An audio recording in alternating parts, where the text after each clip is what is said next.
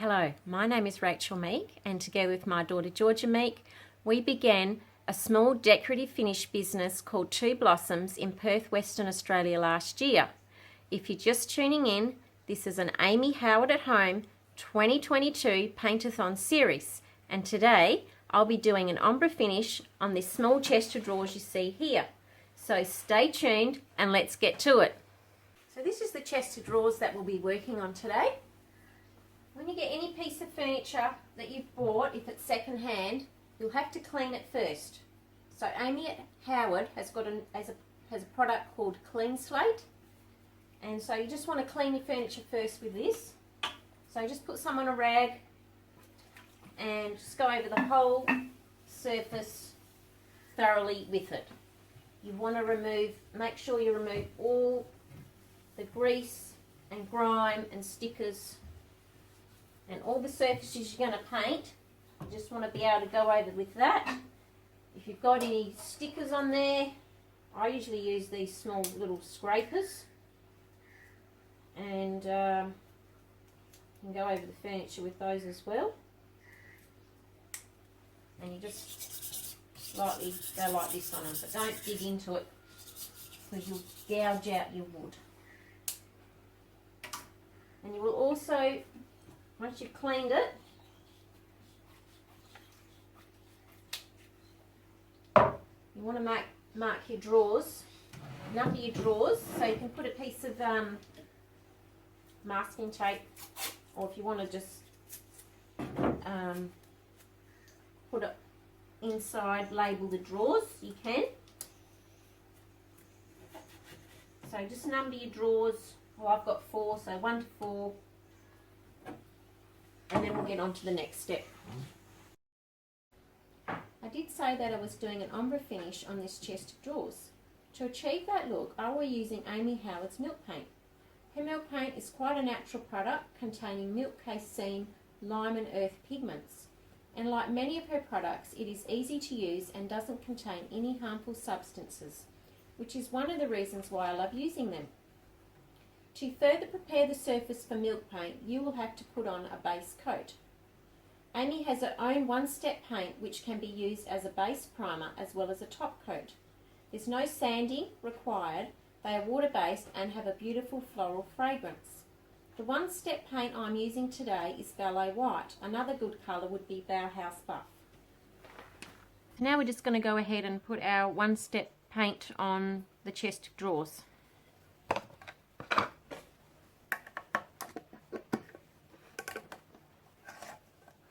Make sure the can's thoroughly shaken up, stirred, and then you're ready to go.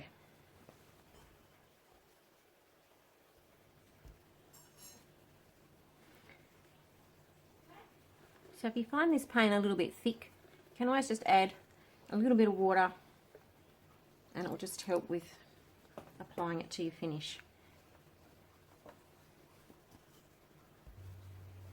If you have added a little bit of water, just make sure it's thoroughly mixed up before you start painting. You might find working with the one-step paint a bit thick, so you can always add a little bit of water to it before you start using it.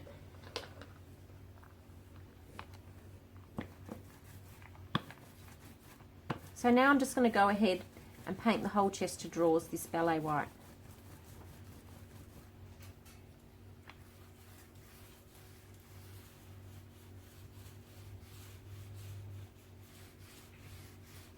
Find it easier, you can take the drawers out one at a time and paint them, and that will be particularly helpful when you're doing the milk paint because it has a tendency to run down your piece of furniture. So now we've come to the next layer that we'll be putting on the one-step paint is the cracked gesso that goes underneath the milk paint. So to mix this up, it's 2 parts gesso and 1 part warm water. So for this chest of drawers, this should be enough. So this is 1/4 cup. So two scoops of gesso and 1 of water. So I'm just going to put that in there, put it in and mix it up. And this is the one I've done earlier. So I've put it in here, shaken it up, as you can see. To work with this, you'll need to remove any foam or any other fine particles. So you can get a piece of cheesecloth or gauze, put it over a jar, and then just simply pour it through the top, and it will go through the bottom. And so once you've done that, you're ready to paint. I'm just going to show you putting it on the chest of drawers here on the chip brush, just to add another layer onto the one-step paint. It goes on pretty easy and it's quite runny, so you want to lie your piece flat like this and just offload it on the side or on a piece of cardboard or paper before you go back down on the piece again. It takes about 20 minutes to dry. Then if you want to add another layer, you can go ahead and put on another layer as well.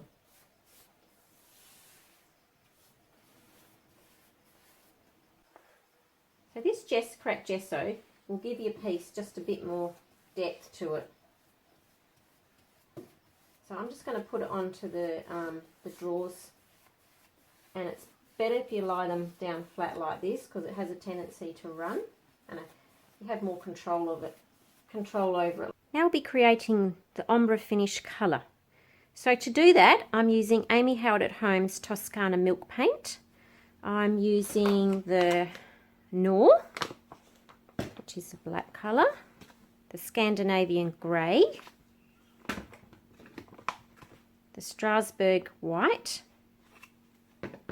and the Amalfi coast. So because I'm doing four drawers, I've made up 4 colours here, custom made out of those colours I've just shown you. So I've got the darkest colour, which I'll be putting on the bottom, going up in range to the lightest colour at the top. So to make this up, you'll make it up in a jar. It's equal parts paint to 1 part water. So you just put it in your jar, and with equal amounts of water, of course you want a larger amount, but I'm just showing you for demonstration purposes. So just put your lid on, like that, give it a shake. So you can see it goes quite dark, and it's going to dry down to the light colour it was before. So there will be a bit of foam on here and a little bit of lumpiness. So just put it through a bit of cheesecloth or gauze like I did before with the gesso. It does store in the fridge up to 2 weeks. And then once you're ready, you can take it out and let it come to room temperature. And then when you're ready to do it, just make sure you strain it for any foam. And then you get your chip brush, and you want to put this on the drawers that you've numbered before. So this will be the dark colour going on the bottom drawer. Once you've done the bottom drawer, you want to do the next colour going up to the top drawer. So just remember to lightly sand your piece before you put your milk paint on. You just have to go over it ever so lightly, just so it feels really nice and smooth to the touch. Not a lot of great rubbing, and just wipe all that dust off and you're ready to paint. Just remember to stir your milk paint every time you put your brush down in there, because this is a natural product. It will have a tendency to separate. And just offload your brush on the side of the container, and then you're ready to go onto your piece.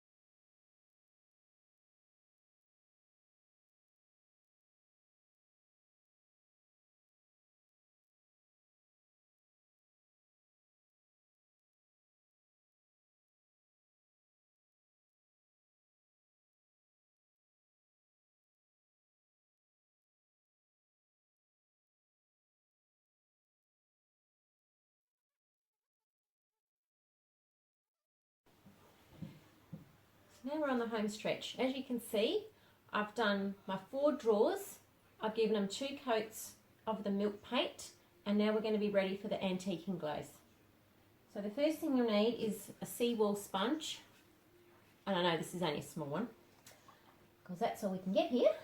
So just make sure you soak it in water, make sure it's thoroughly soaked, and then squeeze out all the water.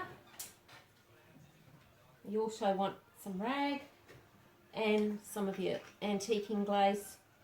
You don't dilute this, you just put it straight into a container to use.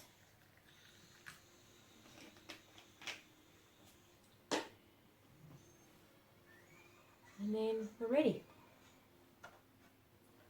So we'll start on this drawer here first. So we'll put our sponge, the seawall sponge, into the glaze. Squeeze it out, and then you just want to go over your surface with it.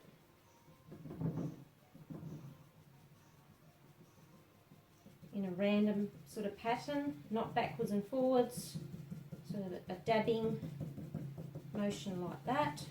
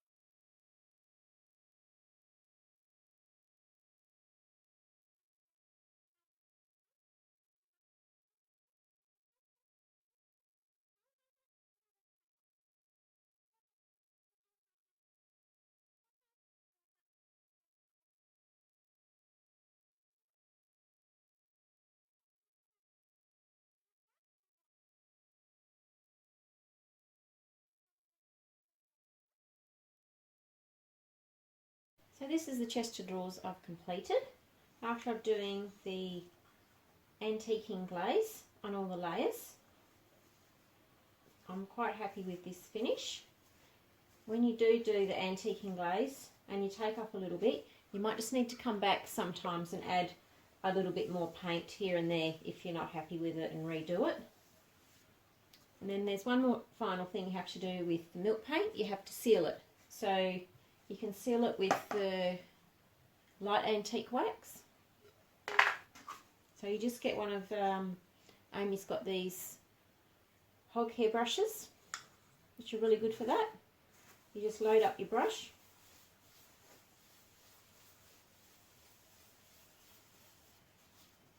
And then just offload it a bit on a bit of cardboard.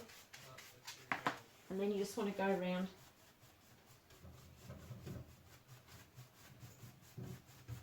and cover your piece in wax.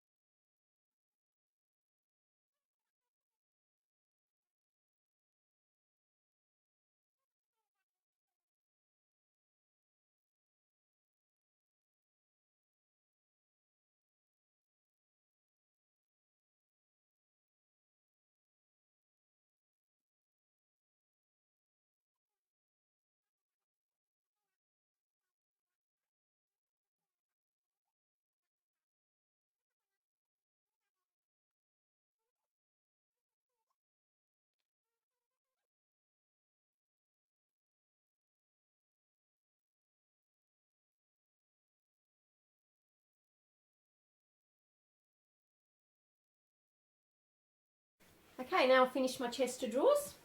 If you're not happy with it at all, or the colour, you can just get your clean slate, wipe off the wax, and then you can apply some more with your brush and your puck, swirl it around, offload it on your cardboard and put it on.